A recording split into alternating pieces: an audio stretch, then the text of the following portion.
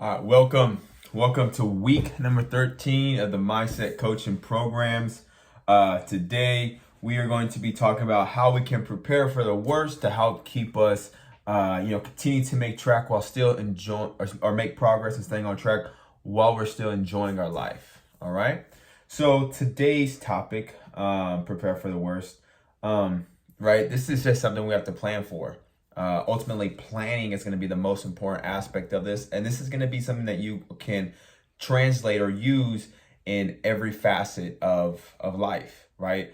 When it comes to, it's no different from having a barbecue at home to going on vacation, to going to a birthday party or going out to eat with somebody. So if you want to be successful, this week and any time these spur of the moment situations occur or special occasions occur, we want to go ahead and be planners, okay, and take action instead of just allowing it to go by and just showing up without a plan, okay, because that's what you've been doing in the past, okay.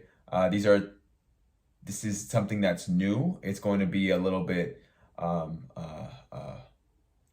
might add a little bit of stress because it's another task that you have to do. But recognize that when you take in this mindset, it's going to allow you to make progress, maintain your progress, but also have a healthy relationship with the food that you're around, and continue to demonstrate control over your eating habits and eating behaviors. So here's kind of how we do it, okay? So number one, so first thing you got to do is you got to ask yourself, how important is this for me, okay? What this is going to do is this is going to remind you of your why and why for getting started on your health and fitness journey, right? It's also going to remind you of the first steps of, this is my pain that I experience and I don't want to go back to that pain. So I have to make a change. And when you make that change, okay, that change is how you prepare in the future. That change is what's going to result in you accomplishing your outcome, your desired outcome, right? And maintaining that desired outcome. So recognize that we have to ask yourself, how important is this to me? What's my why? Okay. And understand that the solution and the reasoning of that why is because I don't want to go back to that. I don't want to go back to how I felt that made me get started. So I have to make a change. And one of those things is in our lifestyle that we have to change is how we approach food and social events, okay? So once you've recognized and remembered and remind yourself of your why, we're going to go into the steps on how to, really control your appetite around situations like this, okay? So number one, you're there for, connection, right? The food and the environment is there to create and make this connection easier to make, right? It's easier to connect over food instead of just standing in front of each other. It's easier to connect when everybody knows that we're having a party instead of just sitting in front of a table looking at each other, right? It's a lot easier to do that. And in the other ways, it might be a little more awkward, right? So we're there for connection.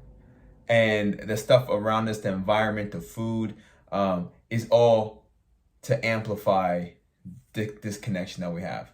So we're still there for connection. So recognize that I'm here to connect. I'm not here to stuff myself with food or get plastered drunk. I'm here to connect. I'm here to have a good time. Okay? Good spirits, good conversation, etc. Okay? And so number three, now we're gonna go to that's the mindset and psychological approach that needs to change, okay? Or that should be improved. Now we're gonna go to our approach when it comes to eating, okay? So my approach when it comes to eating, let's say when we're in these situations, is you gotta ask yourself again, how fast do I wanna see the results? If I wanna see them as they should be done, right? So each week I lose a pound, then the sacrifices that I'm gonna have to make are gonna be higher, right? If I tell myself I'm okay with having a delay, doesn't mean the delay is gonna happen, right? But I'm okay with that. So if I go on the scale after today and it's the same, or if it goes up a little bit, I'm okay with that because I had a great time and I got to make the food choices. But you have to be okay with that decision, okay? If you think back and you're like, I don't think I'll be okay with that. And, well, you have to choose one. Am I gonna be okay with eating, a little bit more free, or am I gonna be okay? And am I gonna be okay with the changes that happen on the scale that's gonna be a little slower for me? I have to be okay with both of those. I can't just be okay with one and not okay with the other. Okay? So whichever decision that you make, you have to choose to be okay with both. I am okay with making the sacrifices, and I am okay with continuing to see progress. Boom. Okay, once you get to that point, right, it's just, again, that's your connection. That's going to be your lifestyle. Now, what is going to be best for me? Okay. So when you're making these food choices, okay, the kind of the structure that we like to follow is,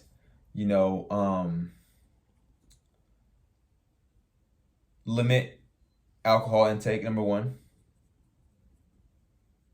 Okay, you want to limit alcohol intake. Number two, okay, you want to limit processed sugar intake and baked goods. So if they got like a bunch of candy out there, a bunch of sweets and desserts, hey, you just want to be mindful and limit that a little bit. Okay, don't restrict. That's the one thing we don't want to do. We don't want to restrict, but we want to limit. Okay, and then the last one is we keep it one plate or one balanced plate. Okay, that means that we got lean meats on there, we got fruits, we got vegetables, and we got our carbohydrate on there, and we're sticking to one plate because we don't need to continue to eat copious amounts of food when it's like this, right? We have to stay balanced. We have to stay true to what's important for us. But as you can see, if I take this mindset in, right, it says limit alcohol, not restrict. So that means I'm not getting super drunk, right? Be the DD, be the driver, okay? Limit processed foods and baked goods. So we're not gonna overstuff ourselves. We're not gonna restrict. Again, you're gonna have some, but don't restrict yourself, and then keep it to one plate. So if you do all those things, let's say you have 2 beers or a beer or glasses of wine, and then you have a plate of dessert and you have 1 plate of food, that's going to be more than enough for you during that time. Okay, so recognize that we're not eating to because we're starving. We're eating because our appetite's intrigued. Okay, we don't always have to eat just because our appetite's okay to battle that mental or to have that mental battle. And be okay with that mental battle, because when we prepare for the worst, that mental battle is always going to be there, and we need to win. We need to win majority of the time. All right. So preparing for the worst comes down to following that structure right there when you're going out and about. And then when we want to add into that, let's add into if we're on vacation and our workouts get a little difficult. Okay. Preparing for the worst is knowing, okay, in these situations, what am I going to do? The first place I like to start with people is, if you can't get to the gym, it's all about steps. Focus on getting as much physical activity in as possible. Walk as much as you can. Okay. Number 2 is, showing up to the gym and doing a 30-minute workout and not finishing your workout is way better, okay, than not going at all. All right. So showing up is better than not going at all. Okay. And the last one is get it done first thing in the morning. Okay. First thing in the morning, you wake up, you get dressed, you go to the gym. Okay. Make it easier for yourself.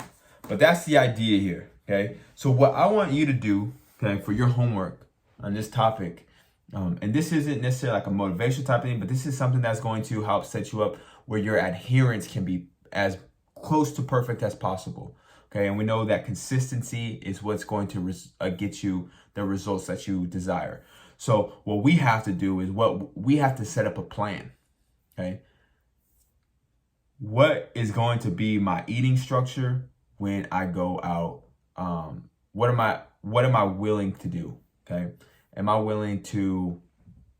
Do I want to slow down how much food I eat and share my food with others? Because I want the results that I want to see? Or am I okay with being a little bit more free? And am I okay with seeing that see my progress plateau for a little bit? Okay, because you got to choose one of the two. Okay, so be clear with which one you want. I want you to write that down. Okay, I'm okay with this, because once you put it on paper, you really start to see, Am I really okay with it? And if you are, that's just the way it is. That's just, like, you don't have to put any pressure. You don't compare yourself to anybody else, because that's yours, right? And then for the workouts, what would be the best thing for you? When you are overwhelmed with things that you have to do, what's going to be the foundation that you start at? What's going to be the least that you should do because it's going to help you feel like you're continuing to make progress? What's the least that you can do? So write those things down, okay? How am I going to handle my eating in stressful situations and at events? And how am I going to prioritize my exercise and physical activity when stress and these events pop up also? Okay, that's your homework. Share it in the group chat. In the Facebook group, and we'll be smooth. All right. Have a great rest of your week, and we'll stay in touch.